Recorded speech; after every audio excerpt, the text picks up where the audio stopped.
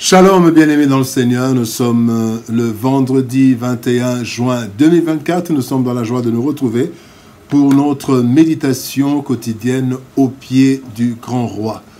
Nous vous saluons au nom de notre Seigneur et Sauveur Jésus-Christ. Pour notre méditation de ce jour, nous allons lire un texte dans les évangiles. Matthieu chapitre 6, verset 19, dans deux versions. Louis II nous dit « Ne vous amassez pas des trésors sur la terre, où la teigne et la rouille détruisent et où les voleurs percent et dérobent. » Parole de vie 2017 nous dit « Ne cherchez pas à posséder beaucoup de richesses sur la terre.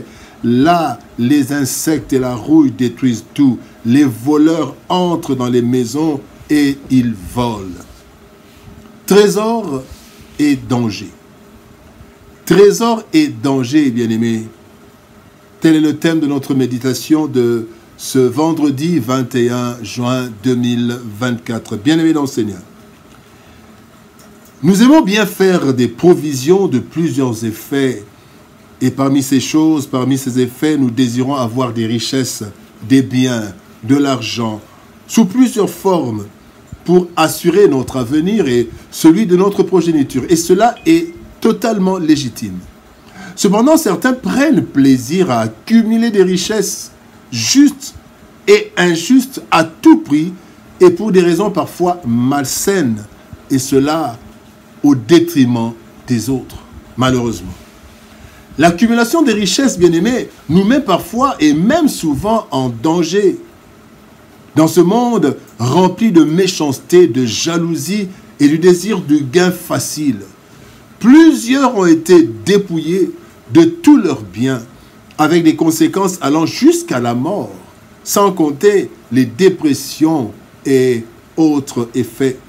Le texte de ce jour nous exhorte à ne pas amasser des richesses dans ce monde au risque de les perdre et de sombrer dans le malheur. Voici quelques leçons que nous pouvons tirer de notre texte. Première leçon, premier point, les richesses sont indispensables.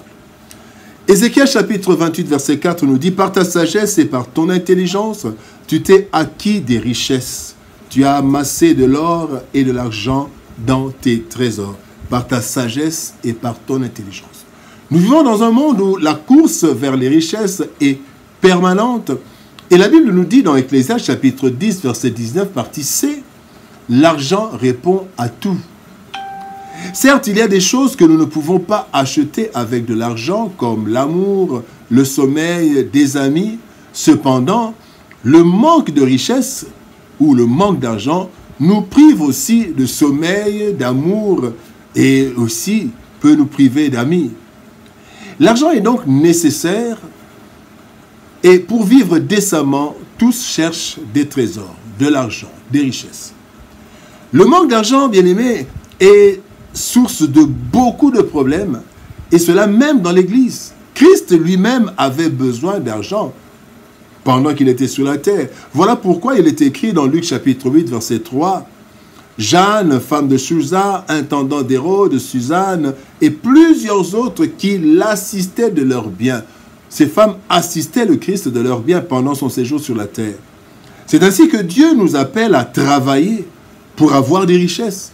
Selon Proverbes chapitre 14, verset 23, qui dit « Tout travail procure l'abondance. » Chercher à avoir de l'argent, des trésors, est donc légitime et même à encourager. Et le deuxième point, un cœur en tourment.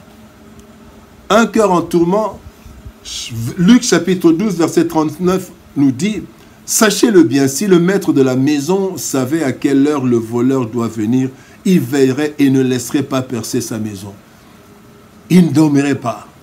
Il serait tourmenté. » Avoir des biens, bien-aimés, est une bonne chose, car nous ne pouvons pas vivre d'amour et d'eau fraîche seulement. Cependant, cette même richesse peut nous attirer plusieurs problèmes, comme l'orgueil. Osée 13,6 nous dit « Ils se sont rassasiés dans leur pâturage, ils se sont rassasiés et leur cœur s'est enflé. » Un autre problème, c'est la méconduite. 1 Roi 11, 3 nous dit « Salomon eut 700 princesses pour femmes et 300 concubines, et ces femmes détournèrent son cœur. Au départ, sagesse et richesse. Les méfaits aussi des richesses, les méfaits possibles, c'est l'avarice. Luc chapitre 12, verset 16 à 19, verset 19, cet homme dit, « Je dirai à mon âme, tu as beaucoup de biens en réserve pour plusieurs années. Repose-toi, mange, bois, réjouis-toi. » Seul. Les richesses ont comme problème aussi l'amour de l'argent. 1 Timothée 6, 10 nous dit, « Car l'amour de l'argent est une racine de tous les maux. » Quelques-uns, en étant possédés, se sont égarés loin de la foi et se sont jetés eux-mêmes dans bien des tourments, un cœur en tourment. Mais l'argent, la richesse, l'autre problème, c'est la jalousie et la méchanceté des autres qui veulent avoir, bien aimé, ce que nous avons. Nous sommes parfois tourmentés par les richesses qui nous influencent négativement ou nous attirent la méchanceté des autres qui veulent avoir ce que nous possédons sans passer par le travail que nous avons abattu. Voilà pourquoi une personne avec de grands biens est sujet à bien des tourments et se méfie parfois de tout le monde, à tort ou à raison.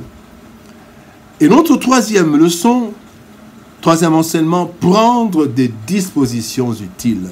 Luc 16, 9 nous dit, « Et moi je vous dis, faites-vous des amis avec les richesses injustes pour qu'ils vous reçoivent. » Dans les tabernacles éternels, dans d'autres passages, il est dit, faites-vous des amis avec les richesses, avec l'argent trompeur. Parce que l'argent trompe, l'argent partira. Une sagesse nous dit, l'argent est un bon serviteur, mais un mauvais patron. Nous avons besoin d'argent, mais nous devons éviter que les richesses nous causent des torts parfois énormes. Voilà pourquoi nous devons, 1. Utiliser nos avoirs pour faire du bien. 2 Corinthiens 9, 8 nous dit, « Dieu peut vous combler de toutes sortes de grâces, afin que, possédant toujours en toutes choses, pour satisfaire à vous tous vos besoins, vous ayez encore en abondance pour toute bonne œuvre. » Deuxième chose, nous devons nous considérer comme des canaux de bénédiction pour les autres.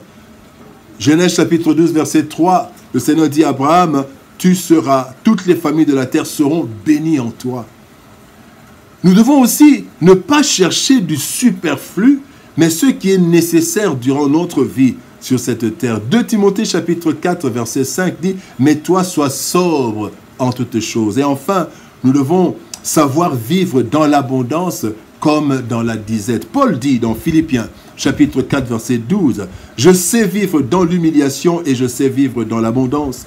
En tout et partout, j'ai appris à être rassasié et à avoir faim, à être dans l'abondance et à être dans la disette. » Trésor et danger.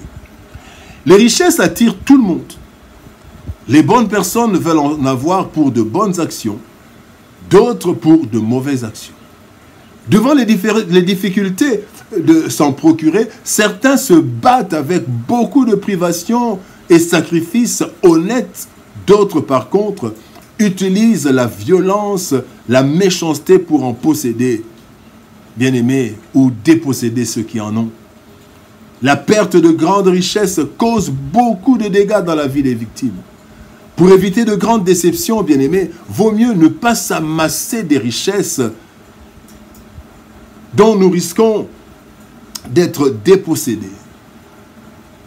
Devant la méchanceté du monde, bien-aimés, nos trésors sont en danger et nous mettent en danger de façon permanente. Alors, ne cherchons pas à amasser les richesses sur cette terre. Prions. Éternel Père de gloire, Dieu Tout-Puissant, merci pour ton amour et ta bonté. Toi qui nous montres aujourd'hui, Seigneur de gloire, les dangers des trésors.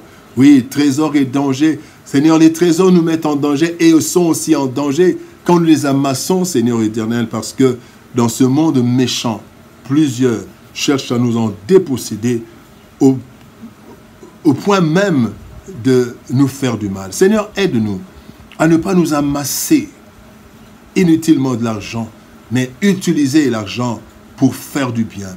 Utiliser cet argent pour nous faire des amis. Utiliser cet argent pour être des canaux de bénédiction.